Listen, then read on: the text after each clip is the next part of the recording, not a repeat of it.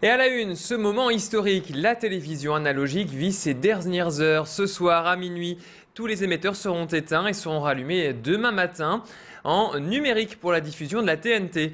On ne vous le répétera jamais assez, ce basculement s'accompagnera de l'arrêt définitif de l'émetteur de Lambersart qui permet de recevoir entre autres votre chaîne d'information Grand Lille TV. Et si vous êtes concerné, il va falloir réorienter votre antenne pour recevoir Grand Lille TV en qualité optimale. Il faut installer un râteau dirigé vers notre tout nouvel émetteur situé à Los-Wattignies.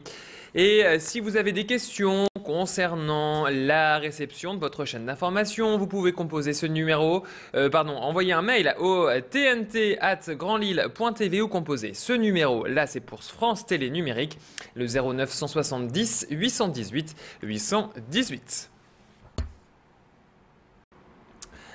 Du foot avec le LOSC qui confirme son statut de leader de Ligue 1. En effet, les Dogs ont remporté le derby face à Lens en s'imposant 1-0 ce samedi. Les hommes de Rudy Garcia n'ont pas réalisé leur meilleur match ce week-end, mais face à des sang et or qui ont tout misé sur la défense pour tenter de ne pas retomber dans la zone de rouge, la zone de relégation. C'était pas si mal. À la 68e, c'est Tullio de Melo qui sauve les Lillois sur une belle reprise de l'extérieur. L'attaquant a marqué le seul et unique but de la rencontre. À la sortie, Tullio de Melo avait donc le sourire. Je vous propose de l'écouter au micro de notre journaliste qui était sur place. C'était Pierre Beauvillain. Je suis content d'avoir encore marqué ce soir. C'est un but important qui nous donne la victoire. Un match pas facile et bloqué depuis le début. Donc il fallait concrétiser la moindre occasion et c'est ce qu'on a su faire en marquant ce but. On a un bon groupe, je vais dire, homogène qui nous permet de tourner selon les championnats qu'on joue. Et comme j'ai dit, encore une fois, on va essayer de prendre chaque match et de chaque compétition comme il faut et essayer d'aller au plus loin dans l'aventure. Et au classement, les Lensois retombent donc à la 18e place au début de la zone rouge. En revanche, Lille conforte sa position de leader avec 4 points d'avance sur le PSG, creuse l'écart sur Rennes et Lyon, tous deux battus ce week-end. Les Lillois ne vont pas avoir beaucoup de temps pour savourer cette victoire car mercredi, ils reçoivent l'équipe de Nantes pour les 8e de finale de la Coupe de France. Ça se passera au stade Lille Métropole.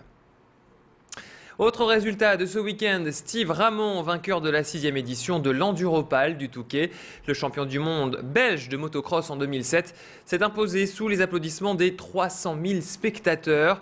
Sur le podium, on retrouve également Jean-Claude Mousset et Milko Potisek, cousin de Timothée, double vainqueur de la course, décédé en 2009. Nous avions également suivi Gwendoline Fiquet lors de sa préparation au Quaduropal. Cette jeune femme de 18 ans a terminé 359e sur 500. Cette habitante de Dèvres dans le Pas-de-Calais est arrivée 5e sur les 12 filles qui prenaient part à la compétition. Et c'est une bonne nouvelle pour Gwendoville qui est satisfaite de ses résultats. Et triste nouvelle en revanche, à noter qu'un motard de 37 ans qui revenait de l'Enduropal est décédé sur la RD 939 à hauteur de la commune du Parc, dans le sens Hesdin-Saint-Paul-sur-Ternoise. Vers 17h, le pilote a percuté l'arrière d'une voiture. Politique avec les partis qui se préparent pour les cantonales. Je vous rappelle que les 20 et 27 mars prochains, vous serez appelés aux urnes pour renouveler la moitié des conseillers généraux. Ce week-end, le Front de gauche a présenté ses candidats. Cette formation réunissant le Parti de gauche, la gauche unitaire et le Parti communiste présentera un candidat dans chacune des 40 circonscriptions concernées. 5 élus communistes se représentent et 11 candidats n'appartiennent à aucun des 3 partis. C'est le cas de Roland Diagne, porte-parole des sans-papiers, Patrick Delfos, secrétaire régional de la CGT Cheminot, et Valérie Pringuet, élue l'an dernier conseillère régionale sous l'étiquette du Front de gauche. Bien sûr, le parti compte sur ses nombreux adhérents, notamment sur les adhérents du Parti communiste pour rester la 3e formation du Conseil général. Je vous propose d'écouter Fabien Roussel au micro de Macha Grunhaysen, le secrétaire départemental du PCF, nous détaille les enjeux de ces élections. L'enjeu, c'est que pendant ces 3 ans, on soit surtout efficace et ce sera aussi 3 ans utiles pour dénoncer cette réforme des collectivités territoriales qui vise à supprimer l'échelon départemental qui vise à supprimer le Conseil général qui apporte tant d'aide aux familles, notamment au travers de sa politique sociale. Il y a une grosse menace qui pèse de ce côté-là et ces 3 ans seront utiles à cela. Si demain il y a plus de conseillers généraux communistes dans ce département, je peux vous dire que ça va changer. Au niveau de l'emploi, au niveau des jeunes qui sont ceux qui souffrent le plus du chômage, on aura des élus représentants du monde du travail et on va se battre.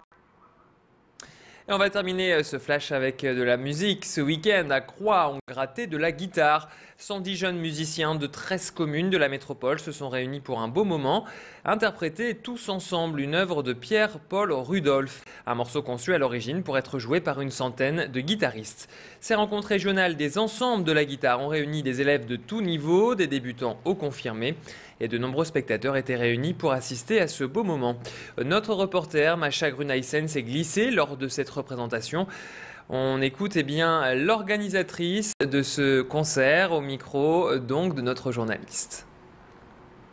L'œuvre s'appelle Young Guitarist on Western Story de Pierre Rudolph et qui justement, c'est lui qui a commencé à organiser la réunion de 100 guitaristes pour jouer ce morceau. Dans les 100 guitares, le morceau était vraiment adapté pour jouer de 8 ans. J'ai des élèves qui ont 8 ans, j'ai des élèves qui ont de 1 an de guitare à parfois 10-12 ans de guitare.